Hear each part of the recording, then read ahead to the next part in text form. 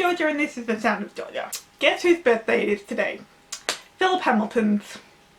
Feel free to pause the video if you need to cry. We all good? And I'm just showing a pic of Anthony because there might not actually be a picture of Philip in existence. I believe new research has indicated that this is actually a picture of William Hamilton, not Philip. So we've just got the picture of Anthony. Well, now he's gone. And in addition to Philip's birthday, it was Lynn's last week and Alexander Hamilton's the week before that. But you know who's got a birthday coming up very soon? Maria von Trapp. But with all these people's birthdays relating to musicals that were based on real historical figures, today I'm going to be looking at my two favourite things in the entire universe and trying to work out which is more accurate, Hamilton or The Sound of Music. In a one-sentence answer, I think both. What? Allow me to explain. But before that, let's look at a little background. Hamilton is based on Ron Chernow's 2004 biography of Alexander Hamilton, inspiringly titled Alexander Hamilton, because an 800-page non-fiction book about that founding father nobody remembered is the perfect thing to read on the beach. Ah well, I'm sure we're all extremely grateful that that was the book Lynn picked up. Sound of Music is based on Maria von Trapp's memoir, The Story of the Trapp Family Singers, which was published in 1949. She ended up selling the rights to a German film company because she needed the money, and they totally ripped her off. But it just got bigger from there. And again, we're all very grateful, aren't we? So back to how I think it's both of them. I think Sound of Music is, in a way, closer to its source material than Hamilton is to its, but Hamilton is far and away more historically accurate. Maria's memoir felt, to me, a lot closer to Sound of Music than I had heard before I read it. Don't get me wrong, there's a lot of differences, but I feel people talk about all the differences and don't mention the stuff that's the same. Then of course there's a German film from the 50s which Sound of Music is based on just as much as it's based on Maria's memoir. It really is the missing link between the two of them, and I will make a video about it one day.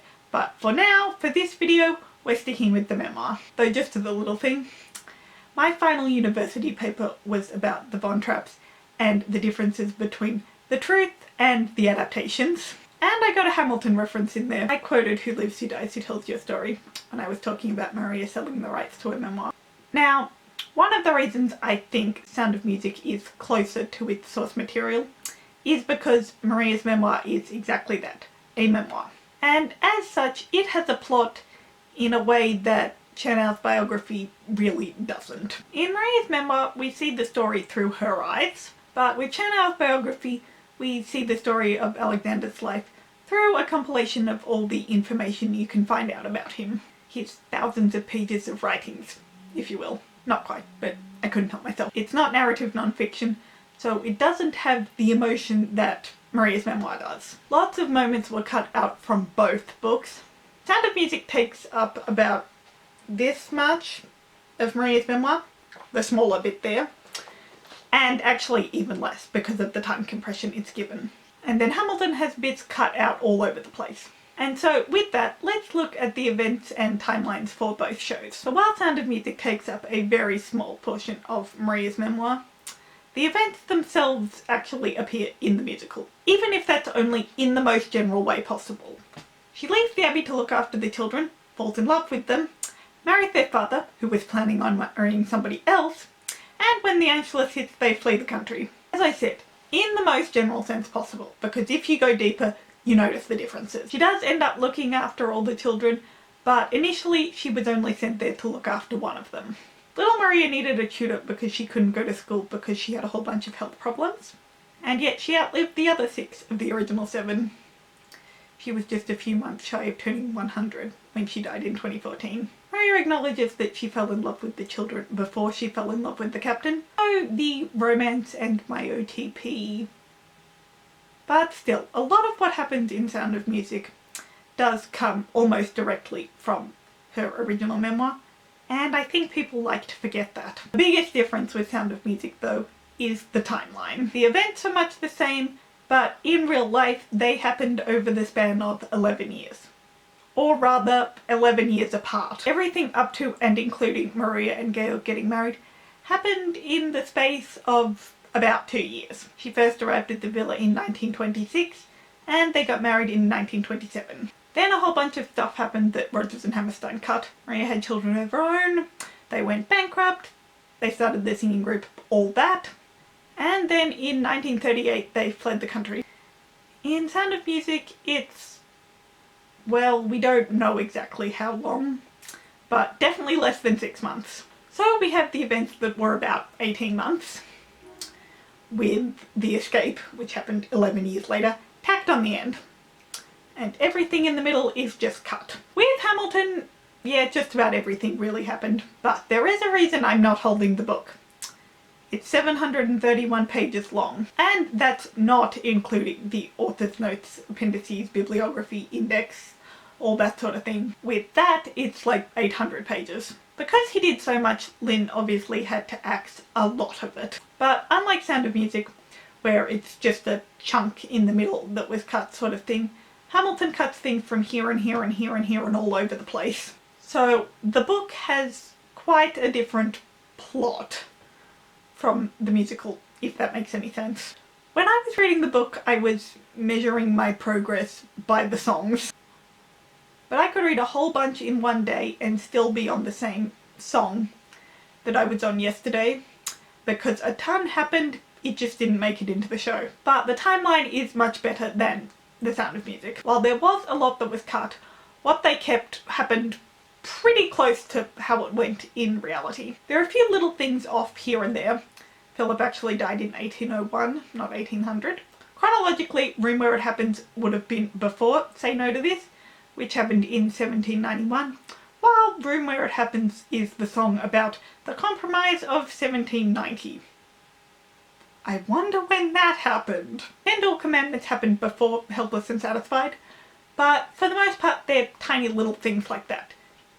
Non-Stop actually covers a period of 6 years, but there's no 11 years sucked out like there is with Sound of Music. So now that we've talked about the events in the timeline, let's talk about the characters. Everyone in Hamilton really existed, even the ones you don't see, like Adams. He actually got his own musical as well, but as I know nothing about it and am really not interested, especially now, that's just interesting fact of the day. It is a little bit hard to grasp how accurate the characters themselves are, because the book is about people who've been dead for 200 years. Lynn said that there are no saints in the show, and he's right.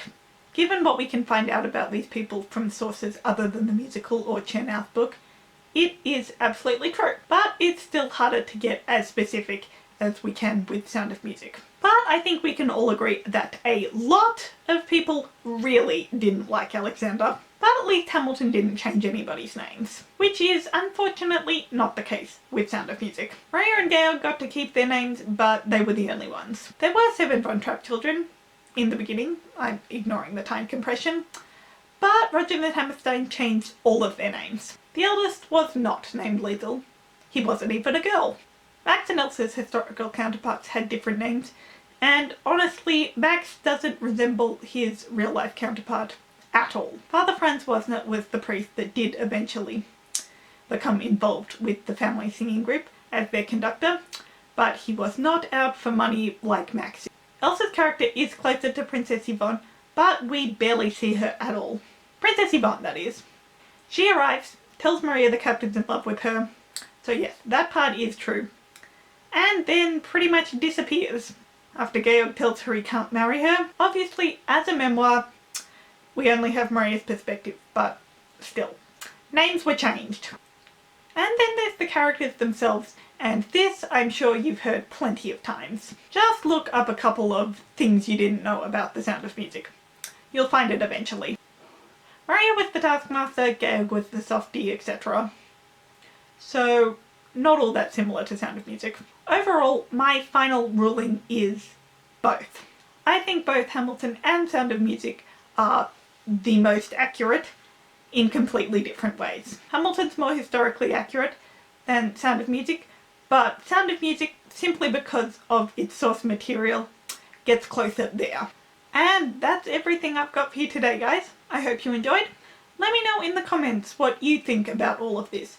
Do you agree with me, or do you think I'm totally wrong? And is there anything in either musical that was changed when you didn't really think it needed to be? Feel free to like and subscribe, and I'll see you in my video next week. So long, farewell!